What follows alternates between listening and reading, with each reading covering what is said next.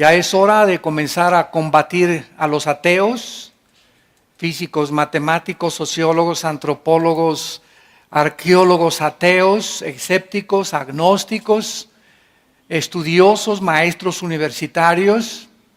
Ahora el próximo mes tengo una conferencia de líderes en una universidad en Omaha, Nebraska, la pueden ver en nuestra página de internet, con personas de nivel universitario en Estados Unidos, maestros también, muy preparados todos, y ya podemos pararnos enfrente de cualquier plataforma como cristianos con este libro por delante. Porque este libro debate todo argumento y toda altivez que se levanta contra el conocimiento de Dios. Y el sistema de pensamiento de la Biblia hace pedazos cualquier sistema de filosofía humana. Tenemos las armas, las municiones, cargados en nuestras vidas, en nuestro corazón, para poder presentar defensa de la esperanza que hay en nuestras vidas. En este mensaje acerca de las evidencias de la existencia de Dios, vamos a comenzar a hacer algunas preguntas o interrogantes, las cuales vamos a ir contestando y vamos a ir desbaratando filosofías y argumentos en contra de la existencia de Dios. Esto es muy importante para todos ustedes por la televisión que nos ven, que están en la universidad, a sus maestros como estudiantes en la secundaria, en la primaria también, para que tengas armas y puedas contestarle a los maestros la absurda e irrazonable manera de pensar de negar a Dios. ¿Es razonable creer en Dios? O sea, partiendo del razonamiento, ¿es razonable creer en Dios o es irrazonable creer en Dios? ¿Puede probarse la existencia de Dios sin apelar a creencias religiosas o sin que alguien nos tenga que decir, es que tienes que creer en Dios porque es un dogma de fe? ¿Podemos probar la existencia de Dios sin que seamos obligados a creer en Dios? ¿Cómo podemos saber que realmente existe Dios? ¿O no hay manera de saber que Dios existe? ¿Existen evidencias para la existencia de Dios? Millones de personas actualmente viven completamente ajenas a la realidad de la existencia de Dios. O tal vez piensan que se fue Dios de vacaciones, o que solamente somos iguales a los animales y que existimos sin ningún propósito ni sentido para vivir. Este concepto popular puede proveerle a millones de seres humanos pues cierta libertad y autonomía, pero jamás les podrá librar de la vaciedad y de la falta de propósito para sus vidas. Continuamente estoy leyendo acerca de billonarios, deportistas famosos, artistas de cine, políticos, que continuamente vemos que tienen casas de 50, 75 millones de dólares. Una serie de vehículos, ¿verdad? 10, 15 vehículos de los más exóticos que te puedas imaginar.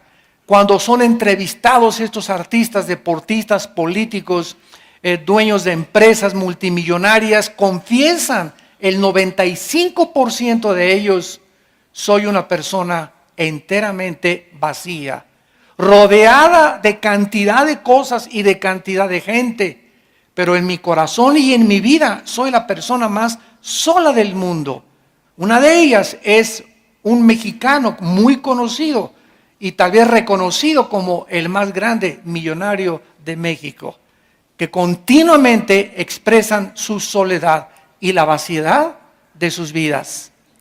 Millones de personas también actualmente tienen medios para vivir, pero sin embargo no tienen significado para vivir.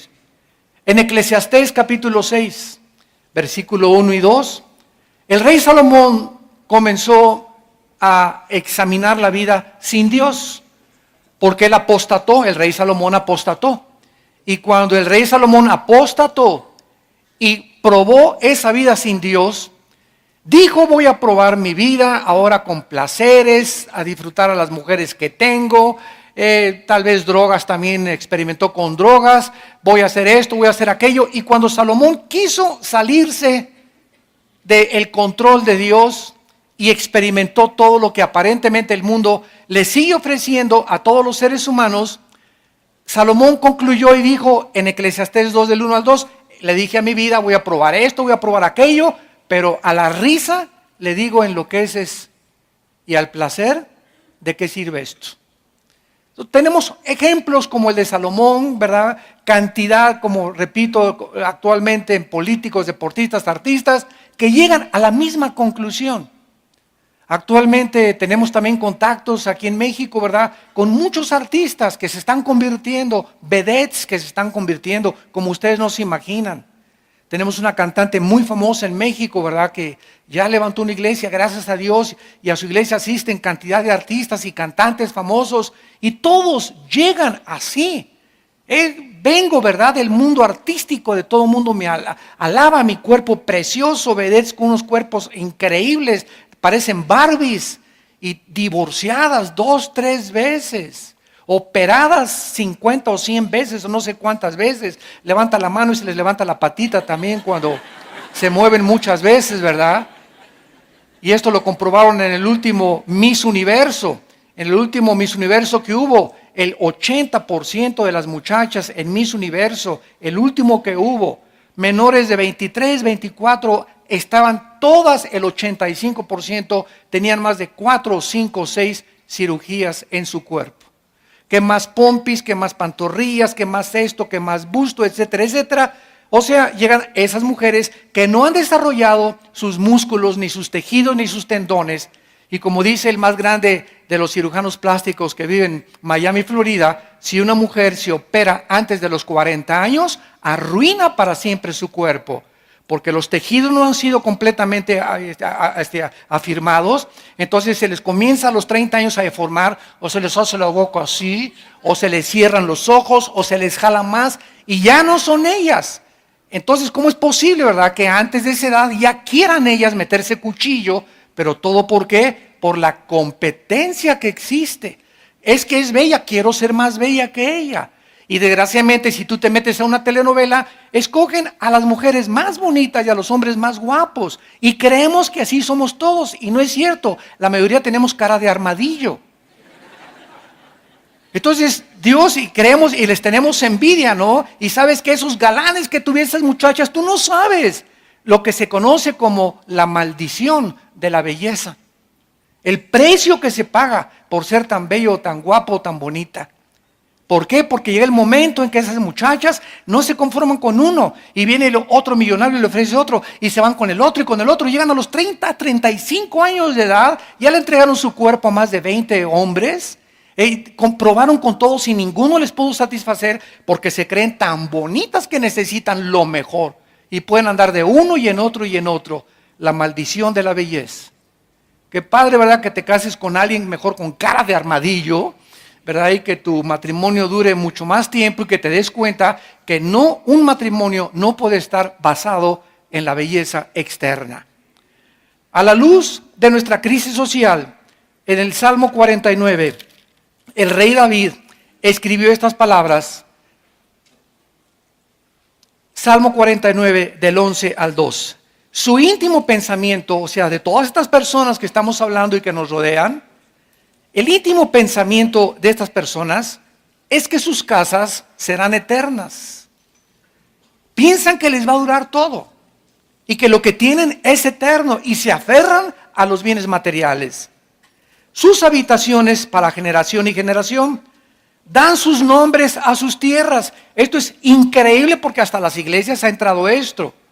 Yo conozco iglesias donde si tú das cierta cantidad de dinero, a tu banca le ponen tu nombre. Increíble. Y esa banca solo tú te puedes sentar ahí. O sea, tienes una acción, ahora sí que se podría llamar, ¿verdad? Acciones dentro de las iglesias. O te dicen que si mandas predicadores y mandas tal cantidad de dinero, te van a mandar grabar en tal parte o en tal pared con letras de oro tu nombre.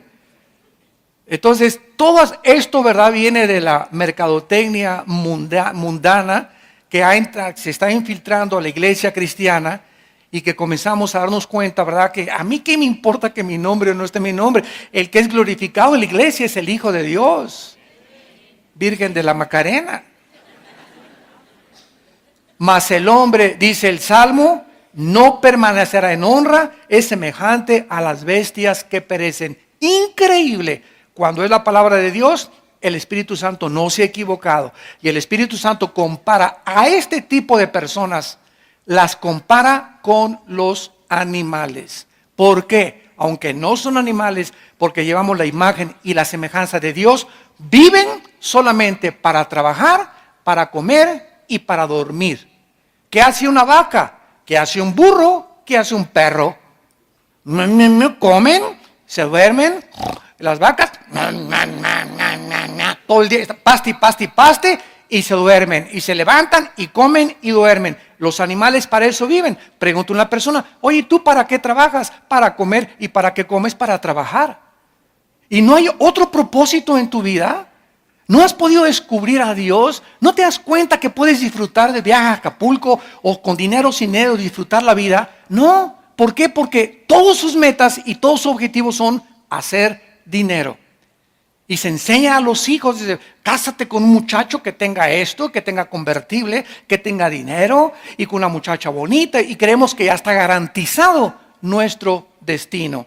Dice el versículo 16 al 20 del mismo capítulo 40 de los Salmos, no temas cuando se enriquece alguno, cuando aumenta la gloria de su casa, porque cuando muera no llevará nada, ni descenderá tras él su gloria. Aunque mientras viva llame dichosa su alma y sea loado cuando prospere, entrará en la generación de sus padres y nunca más verá la luz. El hombre que está en honra y no entiende, otra vez se vuelve a repetir, es semejante a las bestias que perecen. El doctor Erich Fromm, que no era cristiano, pero está reconocido en el mundo académico como uno de los más grandes especialistas en la conducta humana, el doctor Erich Fromm escribió estas palabras que están bastante relacionadas con lo que acaba de decir el rey David. Dijo así el doctor Fromm, la mayoría de las personas que me visitan sufren de una muerte interior del alma.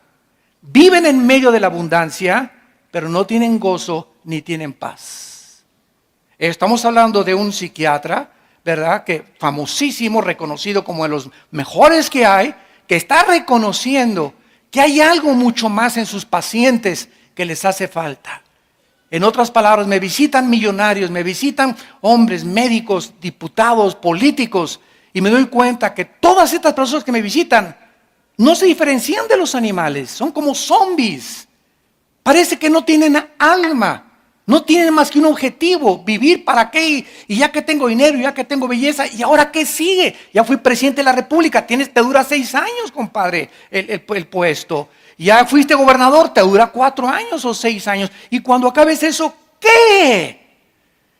Y ya soy guapo, y ya soy artista, y cuando llegues a los 40 años, que tengas cara de rana, ¿verdad? Y que ya se te haya quitado de la belleza y todo, ¿qué? ¿Vas a seguir viviendo en eso? Obsesionada, como las artistas de Hollywood, como Elizabeth Taylor, que a los 80 y tantos años de edad se casó la niña 9 veces. Veamos ahora entonces la importancia de tener a Dios. El tema de la existencia de Dios tiene muy serias consecuencias para la existencia de cada uno de nosotros. Porque ningún otro asunto es más importante para el ser humano y profundo que estar conscientes que no somos animales. Que no vivimos solamente para producir, para hacer dinero, para destacar, para ser adorados, para ser aplaudidos, para ser reconocidos. Hay cosas mucho más profundas que esas en la vida. Es importante la importancia de Dios antes de probar la realidad de Dios como lo vamos a hacer. Hace algún tiempo un oficial de policía observó a un hombre en la orilla de un puente que estaba listo para aventarse y suicidarse. El policía se acercó con este suicida potencial y le dijo, hagamos un trato, dame 10 minutos para probarte que vale la pena vivir. Y entonces te doy yo a ti 10 minutos si tú me demuestras por qué no vale la pena vivir y te avientas entonces. Bueno, pasaron 20 minutos Y entonces le dijo el policía, si no te convenzo, te puedes suicidar. Después, de acuerdo a esta historia, después de los 20 minutos, los dos se tomaron de la mano y se brincaron hacia abajo.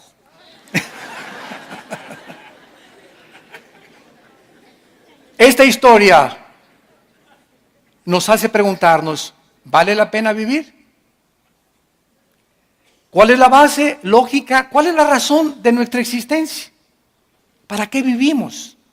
¿Cuál es la base de nuestros valores morales? ¿Cuál es la base de todas las cosas morales y racionales? ¿Cuál es la base de nuestra dignidad y de nuestra personalidad? Un gran hombre también literato, William Shakespeare, inglés, escribió Hamlet y otras obras. Yo me recuerdo cuando era joven que también estuve mucho tiempo en el drama y me encantaba la actuación. En una obra de teatro en la escuela me dieron el papel de Hamlet. Morir, vivir, dormir no más, he aquí el problema, que es más levantado para el espíritu sufrir los golpes y los dardos de la insultante fortuna, o levantar las armas contra un piélago de calamidades y haciéndole frente a acabar con ellas. No se me olvidan todavía todas esas frases de la obra de Hamlet que tenía yo que repetir. Y es lo que dice Hamlet, morir, dormir no más, o sea, ¿no te gusta vivir? Mátate. Así dijo Hamlet, es morir o dormir. ¿Estás vivo? Sí. ¿Sabes una cosa? Forja tu carácter, porque si estás vivo, vas a sufrir. El mundo es para aquellos que arrebatan el reino de Dios. Y si comienzas, y me traicionó, y me puso los cuernos, y me divorcié, y ya nadie me quele, y a la víctima, y me pasó esto porque hizo estas cosas, y como cuando comenzamos a hundirnos en una autolástima, y en victimizarnos y creer que mi mamá y no me comprende y mi novio y mi novia, y cuando no somos lo suficientemente maduros para saber que en este mundo en el que vivimos es un valle de sombras, de valles y de muerte, de tragedias, de violencias naturales, de problemas morales. Todos vamos a ser traicionados alguna vez. Todos vamos a ser perseguidos, todos vamos a ser odiados, todos vamos a recibir calumnias, todos estamos en un mundo de pecado controlado por Satanás. Ahora, para enfrentar este mundo tan cruel en el que vivimos, se necesita que fortalezcamos interiormente nuestra vida interior. Y esta es la razón por la cual cuando cayó la bolsa de valores hace algunos años en Nueva York, el 60% de los billonarios se suicidaron. ¿Por qué? Porque al enfrentar el mundo y al enfrentar la bancarrota y la pérdida y el divorcio, se matan o matan a los demás. O me engañaste, te mato a ti y a mis hijos. ¿Por qué? Porque eres para mí nada más. Y no creemos, ¿verdad?, que si te ponen los cuernos tiene una mejor mujer para ti Dios. ¿Para qué la matas? Déjala que siga viviendo, que se vaya con el gavilán pollero o con el que se fue. Pero se necesita, ¿qué cosa? Carácter para poder enfrentar la vida. ¿Y saben algo? Que cuando venimos a Cristo, esto es lo que el Espíritu Santo está tratando de formar en todos los soldados que pertenecemos al ejército de Cristo. Carácter. Nos está Dios blindando para aguantar misiles Tomahawk. Ya no balitas 22 ni 25. Los misiles que nos avienta el maligno y los problemas que enfrentamos en el matrimonio y en los divorcios y en la persecución y en el gobierno y en las malas entendidos, etcétera, etcétera. Tenemos que seguir de pie y acabar con gozo, no amargados. Porque el que se amarga en esta vida no entra a la tierra de Canaán. Escúchame muy bien, el veneno más grande que te impedirá acercarte a Dios y recibir su gracia es la amargura. Amárgate contra alguien o contra algo y es el veneno más grande que tu alma pueda tener. Entonces, si no hay Dios, ¿verdad? Somos como animales y es como si estuviéramos en una librería mirando los libros, pero sin tener la capacidad de leerlos. En otras palabras, vivir sin entender por qué vivimos. Como animales en una librería, viendo miles de libros y sin poder entender ningún libro. Vivir en la vida sin entender por qué estamos aquí. ¿Por qué existe el sol, el diseño maravilloso, la belleza? ¿Por qué existe el sufrimiento? ¿Por qué Dios permitió la maldad? Todo tiene respuestas en la Biblia. Y necesitamos esas respuestas para poder seguir viviendo y seguir ayudando a millones de personas como tú y como yo, antes de Cristo, que necesitan el mensaje de la gracia de Dios. ¿Somos acaso, señores ateos, el producto accidental de la materia que evolucionó de un grano de polvo y se desarrolló en personas humanas, señores ateos? ¿Acaso si realmente existe una creación accidental, como dice y sostiene la teoría de la relatividad y la teoría de la evolución de Carlos Darwin, de Friedrich Nietzsche, de Sigmund Freud, de Jean-Paul Sartre, de Bertrand Russell y de todos estos hombres ateos que han tratado de escribir que somos el resultado de un accidente? Si somos el resultado de un accidente, todo comenzó con algo. Ahora, si comenzó todo con la materia, ¿acaso la materia puede pensar? ¿La materia puede tener conciencia? Entonces, ¿de dónde salieron los pensamientos y la conciencia? Que son nuestros pensamientos. Nuestros pensamientos trascienden la materia. Yo no puedo capturar los pensamientos, ni tú sabes lo que yo estoy pensando. Pero estoy en un mundo espiritual donde estoy en contacto, pensando con seres espirituales, porque Dios conoce mis pensamientos. Entonces, estas explicaciones no tienen respuesta en el ateísmo. ¿Acaso la materia produjo los sentimientos y la conciencia? ¿Puede la nada producir nada? ¿Cabeza de calabaza? La ausencia de Dios en la realidad, ¿verdad? Jamás se puede explicar por qué la búsqueda de la verdad, del bienestar social, de la justicia, del vacío tan grande que existe en el alma humana. En Eclesiastés 6, del 1 al 2, el mismo Salomón volvió a decir: he visto que a muchas personas Dios les da dinero, les da fama, les da belleza, y tú envidias a la que está bonita, el que está guapo, el que tiene mejor carro, y Dios a muchas personas les ha dado muchas cosas, y tú te preguntas, como dice el Salmo 73, David: Dios mío, cuando vi la prosperidad de los impíos, casi resbalan mis pasos, dijo David. O sea, nos da envidia porque es algo natural. Oye, yo aquí estoy como cristiano, no me emborracho, no tomo, y mi compadre llega y viva la vida y viva el América. Y hasta atrás llega mi compadre y se levanta como si nada. Pero ¿sabes una cosa? Tu compadre es igualito a un animal y al perro fido que tienes ahí en tu casa. Y tú tal vez no tienes lo que tiene tu compadre, pero ¿sabes una cosa? Tienes conciencia de Dios y espérate, porque es importante la paciencia. Espérate, porque el que ríe al último, ríe mejor. Vas a ver en 3 o 4 años a tu compadre si sigue igual. Y te vas a ver tú en 2 o 3 años si tú sigues a Dios y creyendo las promesas de Dios. ¿A dónde te va a poner Dios? Arriba de tu compadre. La historia del hombre que se fue de pesca es una realidad también como una historia. Nos va a ilustrar esta verdad. Estaba un hombre pescando y cada vez que pescaba un pez grande, lo agarraba y lo devolvía al lago. Y cuando pescaba un pez chiquito, se lo guardaba en la canasta. Y así estaba, sacaba los grandes y los devolvía al lago, sacaba los chiquitos y los guardaba en su canasta. Un hombre que lo estaba observando de lejos le preguntó, viendo que era algo tonto e irracional: oye, ¿por qué haces eso? ¿Por qué a los peces grandes los devuelves y te quedas con los chiquitos? Y el pescador le contestó y le dijo: es que en mi casa tengo un sartén de este tamaño y nada más caben los chiquitos. Y de la misma manera, ¿verdad? Existen millones de personas que no aceptan la existencia de Dios por el tamaño de sartén que tienen en su mente. ¿Cómo los pensamientos de Dios son tan grandes, más altos que los nuestros, y sus caminos más grandes que los nuestros? No aceptan la realidad de que puede haber algo superior a la mente y al sartén que tienen de mente y de cabeza en su casa. No aceptan esta realidad. La idea de Dios no les cabe en sus pensamientos. La verdad es que hay realidades, señores ateos, mucho más grandes de la mente finita que tenemos, y al rechazarlas nos parecemos a ese tonto y necio pescador. Lo rechazo porque no cabe Dios en mis pensamientos.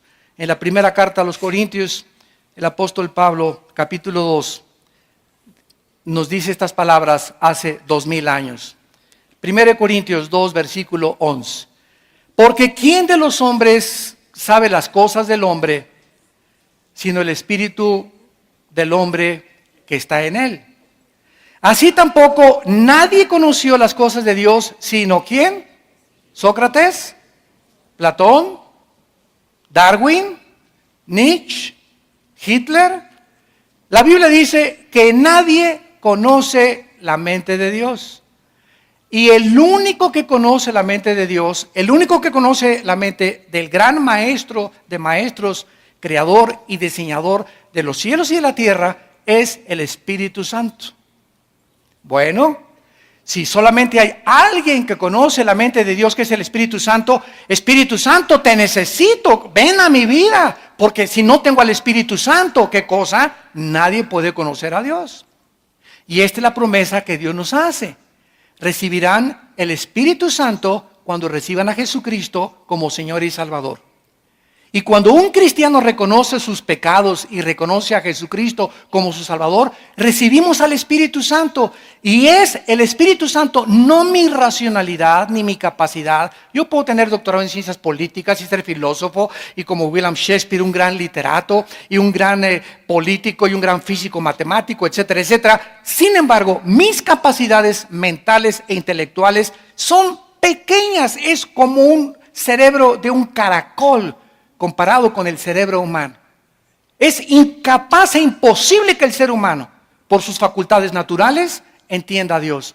Es Dios el que tiene que entrar a nuestras vidas para que nosotros comencemos a entenderlo. ¿Y cuál es el libro que el Espíritu Santo usa para poder comenzar a guiarnos a conocer a Dios? La Biblia. No hay otro.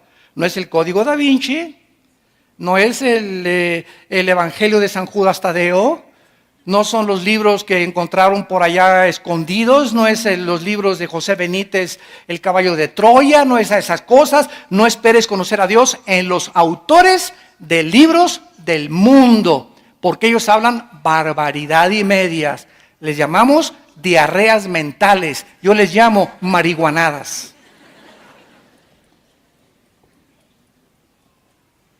Profesando ser sabios, se creen necios. Y comienzas a leer esto al filtro de la Biblia y te espantas de la realidad. Dice el mismo capítulo de 1 Corintios 2 que solo el Espíritu Santo conoce las cosas de Dios. Entonces dice el versículo 12, y nosotros hemos recibido al Espíritu del mundo, no lo hemos recibido, sino el Espíritu de Dios, para que sepamos lo que Dios nos ha concedido. En otras palabras, aquí todos ustedes que nos ven y que nos oyen a través de la televisión y del radio y del internet, etcétera, etcétera, todos los que están atentos a esta conferencia están conscientes de una realidad. Solamente en tu vida hay una o dos partes del Espíritu. O tienes el Espíritu del mundo, por eso actúas como el mundo, por eso le crees a los autores del mundo, por eso sigues las cosas del mundo, o tienes al Espíritu de Dios. Y si tienes al Espíritu de Dios, tu vida se encuentra en una transformación.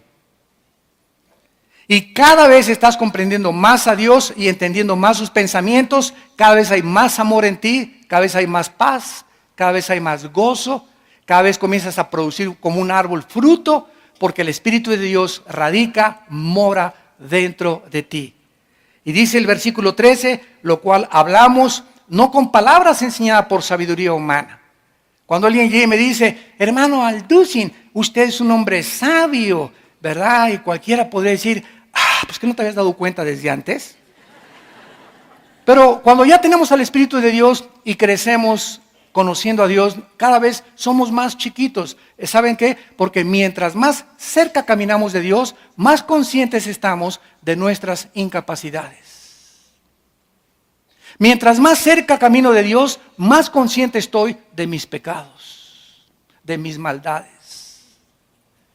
Mientras más camino cerca de Dios, más consciente estoy que no puedo hacer nada sin Él. La insuficiencia y la incapacidad del ser humano para no alcanzar nada en la vida sin Dios. Y esto es la conciencia que un cristiano tiene que desarrollar. la humildad y la mansedumbre. Si tienes sabiduría, no es mi sabiduría, es la sabiduría de la Biblia. Si eres elocuente, no es mi elocuencia, es la capacidad y el privilegio que el Espíritu Santo nos toma como instrumentos para ser simplemente instrumentos, guantes.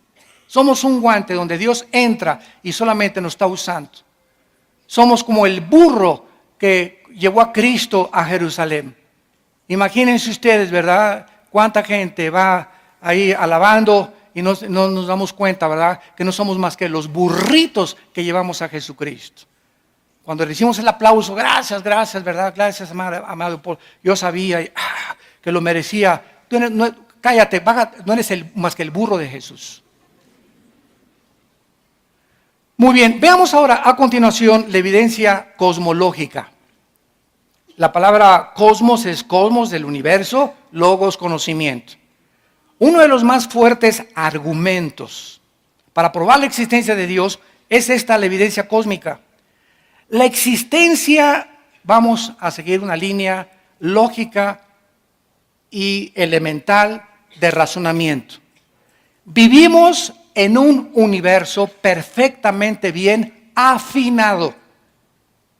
El universo en el cual nos encontramos es como una computadora perfectamente bien afinada y diseñada, caminando 1000 veces mejor que la maquinaria de un reloj.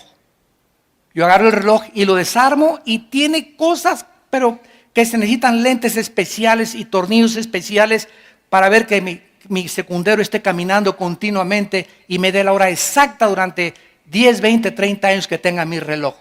El universo es como un reloj, como una maquinaria superior perfectamente bien afinada, diseñada, calculada, escúchenme, matemáticamente y ordenada por algo que está detrás. Porque si yo veo una pintura, hay un pintor. Si veo un edificio precioso, hay un arquitecto. Si veo un reloj, hay un relojero. Si veo un libro, hay un autor detrás del libro.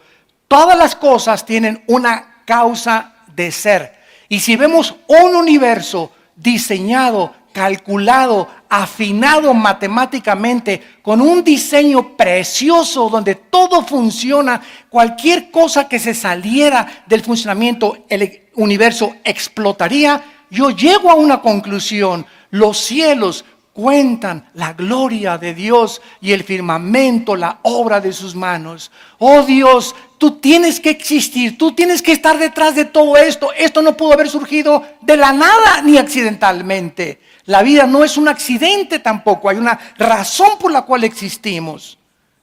Como dice el Salmo 19, ¿verdad? La gloria de los cielos cuentan la gloria de Dios.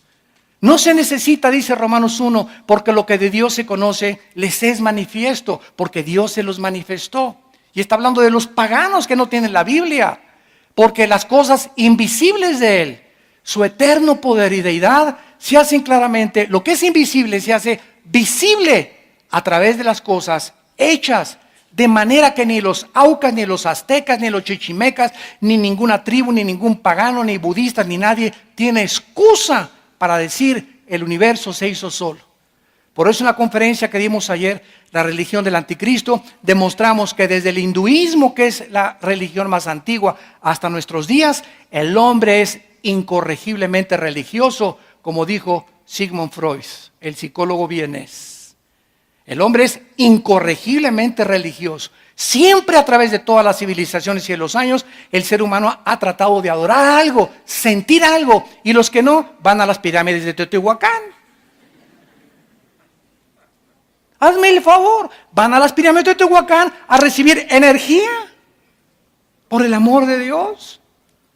O se van a las a las pirámides de Egipto, tantas cosas que inventamos, ¿verdad? Pero es que estamos conscientes de que hay algo que trasciende nuestra conciencia humana y la vida natural del ser humano en este planeta. Vean ustedes en Isaías 40, hace 2750 años, lo que este profeta escribió acerca de Dios. Isaías 40, versículos del 12 al 14. ¿quién midió las aguas con el hueco de su mano? ¿Saben ustedes la cantidad de agua que existe en el planeta Tierra? ¿Saben ustedes que 2/3 partes del planeta son agua? Y dice el profeta, guiado por el Espíritu Santo, que esta cantidad de agua cabe en la mano de Dios. Es simplemente usando comparaciones para que tengamos una ligera idea nada más de la grandeza de Dios. Con 3 dedos juntó el polvo de la tierra. Fíjense, en una mano de Dios cabe todo el agua del planeta Tierra. Le bastaron 3 dedos para los trillones de trillones, cuatrillones, quinquillones de granitos de arena que hay en el mundo. Dios los juntó con 3 dedos. Pesó los montes con balanza y con pesas de los collados. En otras palabras, cuando Dios fundó este planeta, lo midió. La Tierra tiene que tener esta circunferencia. No hizo que aparezca una bola ahí flotando. Midió exactamente Dios porque Él es el gran diseñador. Y la Tierra tenía que tener exactamente la curvatura, la inclinación de 23 grados y medio sobre su eje exactamente. La distancia que tenía que tener la Tierra del Sol tenía que ser perfectamente bien calculada, porque más cerquita del Sol o el Sol más rojo o menos azul no podría producir la fotosíntesis. Tendría la Tierra que dar su giro en 24 horas para que nosotros no sintiéramos que estamos en la rueda de la fortuna, ¿verdad? Ahorita la Tierra está girando a cierta cantidad de kilómetros sobre su eje en 24 horas y al mismo tiempo nuestro planeta está siendo trasladado. Gira y se traslada y ninguno lo siente. Pues gracias a esto Dios calculó para que el movimiento fuera perfecto y para que a través de este movimiento de la Tierra y su traslación hubieran 4 estaciones del año. Para que no nos aburriéramos con puro invierno, con pura primavera, con puras hojas cayéndose en el otoño, ¿verdad? Para que tuviéramos diferencias y supiéramos que la vida tiene cambios. Hoy es primavera, ahora el otoño se comienzan a caer y así es la vida. La vida a veces tenemos valles, ¿verdad? Donde estamos tranquilos y y hay montes que subir. Hay montes y valles. En los montes nos ejercitamos, bajamos a los valles, pero en la vida hay sombras y muerte y sufrimiento y Dios nos está entrenando para enfrentar la vida con valor. Dice en el versículo 13, ¿quién enseñó al Espíritu de Jehová? ¿Los ateos? ¿Quién puede? Si este Dios existe, estamos siguiendo solamente la ley de la cosmología.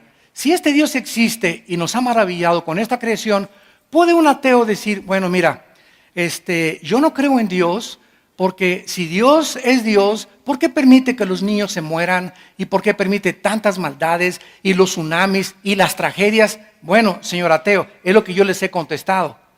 Tú no estás dudando, fíjense, tú no estás dudando, tú te dices ateo y me estás diciendo que eso fue lo que te guió al ateísmo, porque el 90% de los ateos son ateos heridos, lastimados. Algo les pasó en sus vidas que se amargaron contra Dios. No pudieron explicar lo que estaba pasando y atacaron a Dios. O están atacando a alguien que no existe. Entonces yo le dije una vez a un ateo, ¿verdad? En una universidad, le dije, mira, tú no estás atacando la existencia de Dios, tú estás atacando el carácter de Dios. Entonces tú no puedes negar que exista Dios. Tu problema está que no entiendes lo que Dios hace. ¿Me van siguiendo? No entiendes lo que Dios hace. ¿Por qué Dios sí existe? Bueno, existe, ¿no? Ahora, si tú asumes que existe, entonces deja que Dios te explique y te diga qué está haciendo. Es como el niño, ¿verdad? Que llega y le dice a su papá, papito, papito, papito, ¿por qué me hiciste pum, pum, pum, pum? No me queles. Y el papá te dice, mira, chamaco, cerebro de cuija, no te voy a explicar ahorita, o sea, no me vas a entender, pero a los 8 o 9 años de edad vas a entender que el amor tiene 2 manifestaciones. Te amo cuando te abrazo y te amo cuando te hago pum, pum, pum. Porque si hay amor sin disciplina es sentimentalismo. Y si hay puro pum, pum, pum es dictadura. Entonces necesitan los 2 elementos para educar a un niño. Amor, pero nunca le dejes de pum, pum, pum. porque crece con un carácter en rebelión. Nacen con la necedad, dice Salomón en Proverbios, ligada en la naturaleza humana. Desde chiquitos vamos en contra de la autoridad. Y comemos y te avientan los espaguetis. Y púchila. Y no quiero. Y como trompos se comienzan a darse vueltas y cómprame esto. Y tienen un juguete y no quiero esto y quiero el del otro. Y vemos desde chiquitos que traemos la maldad ya arraigada en la naturaleza humana. Y se necesita la vara y el amor, mezclados con sabiduría para no excedernos en ningún extremo. Bueno, así es Dios. Tú no entiendes por qué permitió al diablo, ok, lo vas a entender como dijo Don Teofilito. Porque sus pensamientos son más grandes que tus pensamientos. Entonces no trates de combatir y pelearte con una cosa superior a tu vida. Esto es lógico. Bueno, entonces ¿cómo lo puedo entender? Ok, reconoce que Él existe, que Él murió en la cruz por tus pecados, que pagó con su sangre, con su Hijo Jesucristo. Cae de rodillas, reconoce que necesitas y que eres un pobre caracol, cuija, ¿verdad? Renacuajo de agua puerca. Y cuando reconozcas tu incapacidad y no agarres a Dios, a ver, págate para acá al cielo. Siéntate aquí en los sentidos acusados. A ver, Dios, ¿por qué hiciste esto? Imagínate nada más, esa es la posición atea. ¿Por qué hiciste esto? A ver, espérame tantito. Si tú fueras Dios, ¿hubieras hecho algo mejor? Claro que sí. No hubiera permitido tanta maldad en el universo. ¿Así? Pues entonces hubiera sido un Dios que hubiera creado puros robots y zombies. Porque si no hay libertad para el mal y no hay libertad para el bien, ¿cómo podemos comparar qué es la misericordia y qué es la bondad y qué es el bien de Dios? ¿Cómo sabemos de la misericordia y el bien? Porque hay mal. Si fuera puro bien, seríamos robots sin elección ni capacidad de elegir amar a Dios libremente. Oh profundidad de los caminos y la sabiduría de Dios. Y dice el versículo 3, ¿quién le puede entonces enseñar a Dios? ¿Quién le puede aconsejar? Hazme el favor nada más. Si yo fuera Dios, haría las cosas mejor. ¿Saben cómo se llama esto? Esto se llama soberbia. Soberbia. Soberbia de escritores, de ateos, de productores de cine, de políticos. Soberbia. Nos ponemos a demandarle al Creador como lombrices. Cállese, no nos podría hacer a Dios así. Y se acabaría todo, y no lo hace, porque Él es grande en su paciencia y en su misericordia. Dice el versículo 14, ¿y a quién le pidió consejo Dios para que lo avisen? ¿Quién le enseñó el camino del juicio? O sea, ¿quién le puede decir que lo que juzga está mal? ¿Quién le puede enseñar la ciencia a Dios o el conocimiento? ¿Quién le puede mostrar la senda de la prudencia? La palabra prudencia en hebreo es tebuná, que significa inteligencia. ¿Quién? Entonces, ¿cuál es el papel del ser humano?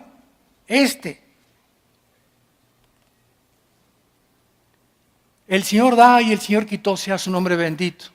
Dios, enséñame, me arrepiento hasta el polvo y enséñame tú el camino. Yo no soy nada ni nadie sin ti. Vengo a seguirte y a obedecer tu santa voluntad. Ese es nuestro papel como seres humanos. No somos dioses. Y cuando tú hagas esto, no te imaginas las bendiciones que Dios derramará sobre tu vida. En esta evidencia cosmológica, ¿verdad?, que podríamos extendernos un poco más, encontramos pues también una frase del gran filósofo Jean-Paul Voltaire. Voltaire dijo, si Dios no existiera, ante ver la cosmología del universo, sería necesario inventar a un Dios. Fue lo que dijo Jean-Paul Voltaire. Si Dios no existe, hay que inventarlo, porque esto no puede haber salido de un accidente.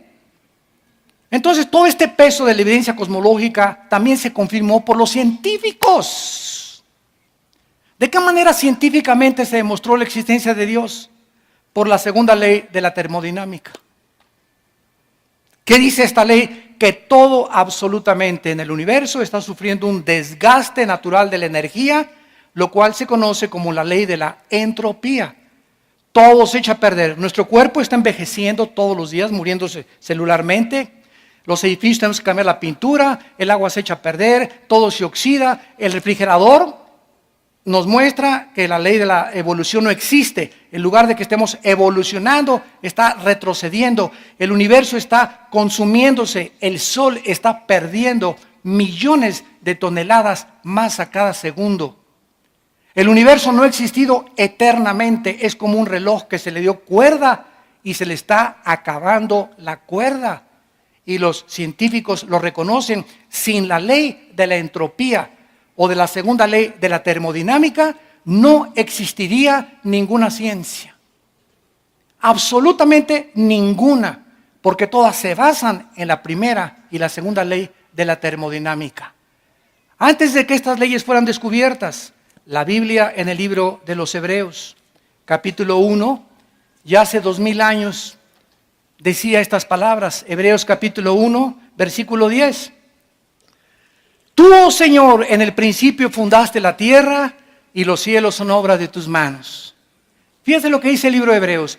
Ellos perecerán, o sea, en la Biblia está escrito, antes de que se descubriera la segunda ley de la termodinámica y la ley de la entropía, que el universo estaba desgastándose. Y hace 2000 años no había telescopios, calculadoras, ni las computadoras que tenemos actualmente. Pero el autor Hebreos ya está escribiendo y está profetizando que el universo va a perecer, va a llegar a un fin, mas tú permaneces. Ellos perecerán, mas tú permaneces, y ellos se envejecerán como una vestidura. Como un vestido los envolverás y serán mudados, pero tú eres el mismo y tus años no acaban. Esto contesta la famosa pregunta de los niños: ¿quién creó a Dios? ¿No te han preguntado eso a alguno de tus sobrinos, nietos o tataranietos? ¿Quién creó a Dios? Bueno, esto es muy importante, ¿verdad? Si el universo tuvo un principio, tiene una causa, ¿correcto? Síganme con mucho cuidado. El universo tuvo un principio, el universo tiene una causa. Notemos algo, que todo lo que tiene una causa, ¿verdad? Tiene un principio. Pero notemos que no dijimos que todo tiene una causa. Dios, para contestar esta pregunta a los niños, mijito, Dios no tiene una causa, porque Él ha existido no desde el principio. Dios no tiene principio, solamente lo que tiene principio tiene una causa. La materia, el espacio y el tiempo tuvieron un principio, Génesis 1:1. Entonces tuvieron un principio, pero Dios, al no tener un principio, no necesita una causa para existir. ¿Capisce? Dios, al no tener una causa, no necesita, ¿verdad?, un principio, ni tiene un principio para tener una causa. Entonces, cuando decimos Dios es eterno, muchos cristianos creen, es que Dios tiene billones de años de existencia. O sea, metemos a Dios a nuestras 4 dimensiones en que vivimos y creemos que Él está viviendo nuestras 4 dimensiones, pero nuestras 4 dimensiones tuvieron un principio. Cuando Génesis 1:1 dice, hubo un principio en el cielo y la tierra, significa que cuando Génesis 1:1 comenzó la materia, el espacio y el tiempo. Y esto lo comprobó Alberto Einstein, que la materia, el tiempo y el espacio fueron juntos y creados al mismo tiempo los 3. Entonces, Dios es eterno, no significa que ha vivido millones de años, significa que Él vive en otra dimensión que no es la nuestra. Entonces, cuando hablamos de eternidad, no es de millones de años para nosotros, pero la eternidad de Dios es que Él no es semejante a nosotros, ni vive limitado, ni sometido a 4 dimensiones. Robert Hastrow, director del Instituto para los Estudios del Espacio de la NASA, dijo, ¿verdad?, el tiempo, la materia y el espacio establecidos por la teoría de la relatividad E igual a mc al cuadrado, la energía igual a la masa por la velocidad al cuadrado de la luz o del tiempo, es íntimamente ligado, y si estas cosas fueron ligadas por Dios, Dios está completamente fuera de la dimensión espacio-tiempo en el que estamos viviendo. Y finalmente encontramos nosotros la evidencia teleológica, que es el estudio de la finalidad. ¿Saben ustedes cuál es una de las más grandes mentes científicas para que se la restriegues así a tu maestro ateo en la escuela? Isaac Newton. una de las mentes científicas más grandes. Nació en 1642, murió en 1727. Isaac Newton escribió en su libro La filosofía de Newton de la naturaleza. Métete al Google y la puedes localizar. La filosofía de Newton de la naturaleza. Newton escribió: cuando veo la distancia perfecta del Sol a la Tierra, no puedo creer que haya sucedido por accidente. Este universo es maravilloso y solo pudo provenir de un ser inteligente que gobierna y ordena todas las cosas como Señor de todos y de todo, mi Señor Jesucristo. Newton era cristiano y escribió comentarios del libro de Apocalipsis. Y podríamos seguir diciendo más evidencias. El diseño de la vida, ahora que se descubrió en 54, el doctor Crick, el ADN, el ácido desoxirribonucleico, que forma todas las células que tenemos en el cuerpo. Comenzó el mundo a introducirse en que dentro de todas nuestras células hay un código, un software. Y para que haya información, un código, tiene que haber alguien que puso esa codificación. No se puede codificar nada sin una mente inteligente. ¿Quién puso en cada uno de los billones de mis células de mi cuerpo y del tuyo la información para reproducirnos exactamente iguales? Esto es maravilloso. La evidencia de la conciencia moral.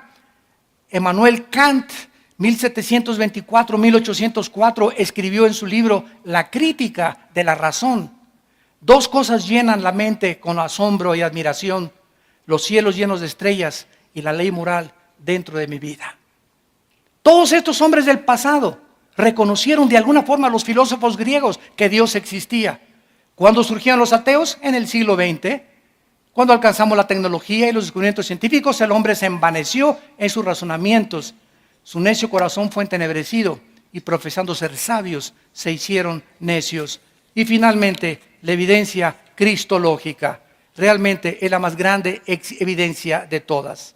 Esta evidencia no puede ser descartada tan fácilmente. El gran filósofo francés Jean-Jacques Rousseau dijo en 1735 de ninguna manera Rousseau simpatizaba con el cristianismo. Escribió: si la muerte de Sócrates fue la de un filósofo, la vida y muerte de Jesucristo fueron la de un Dios. En su libro The Miracle of Unbelief, el milagro de la incredulidad.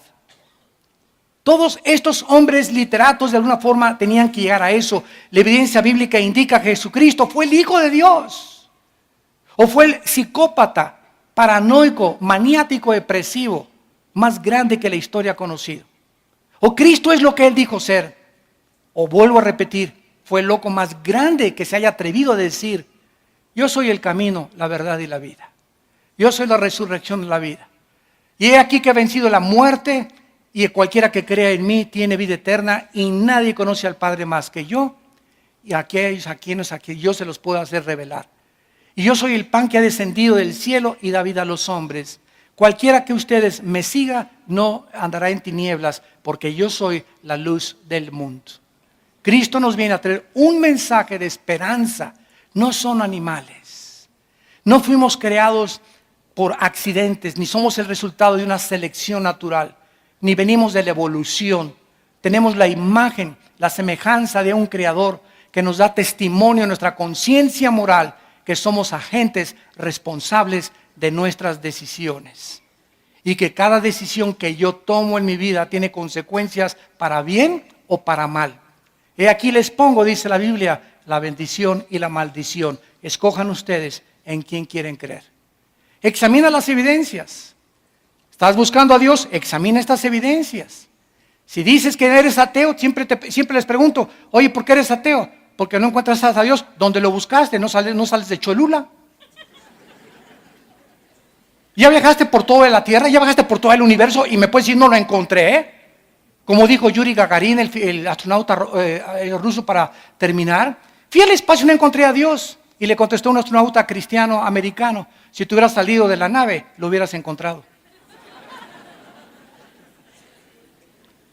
Padre, te damos gracias por tu palabra. Los cielos cuentan tu gloria y el firmamento la obra de tus manos. Un día emite sabiduría, otro día. No necesitamos ni siquiera oír palabras ni tu voz audiblemente, porque lo que tú nos has dado a conocer lo podemos percibir por el diseño, el orden, el cálculo, la belleza que nos rodea. Un universo perfectamente afinado como una máquina que funciona de acuerdo a tus leyes que has establecido para que nosotros podamos vivir. No solamente bajo las leyes de la gravitación y las leyes físicas de la entropía, sino que nos has dado leyes morales. Los 10 mandamientos, para que sepamos que no somos dioses y que debemos seguir, Señor, tus leyes morales si queremos que nos vaya bien, si queremos descubrir la paz y la llenura de tu Espíritu Santo, si queremos vivir con esperanza y con seguridad, porque separados de tu Hijo nunca nada podremos hacer. Muchos de ustedes en esta mañana y los que nos ven por televisión le han abierto su corazón finalmente a Dios. Gloria a su nombre. En este instante aprovecha en que el Espíritu Santo ha preparado tu corazón para invitar a Cristo como tu Salvador. Y ahí desde tu lugar dile estas palabras: Señor mío y Dios mío, perdona mis pecados, mi soberbia intelectual, mi rebelión contra tus leyes, mi insensatez, mi irracionalidad, porque ahora me doy cuenta qué grande eres, cuán lejos estás de mis pensamientos todavía, pero creo que en esa cruz tu santo Hijo Jesucristo dio su vida mediante el derramamiento de su sangre para perdonarme de todas mis maldades. Señor Jesucristo, creo que a los 3 días resucitaste de los muertos, y como estás vivo, te pido en este instante en que mi corazón está preparado para recibirte, que entres a mi alma. Sáname, Señor, límpiame de mis maldades, cambia mi manera de pensar, bendice mi familia, mi matrimonio, mis hijos, mis padres, mi trabajo, Señor. Dame el vigor y la salud y las fuerzas para hablar de ti y anunciar tu justicia a las naciones. En el nombre de Jesús. Amén.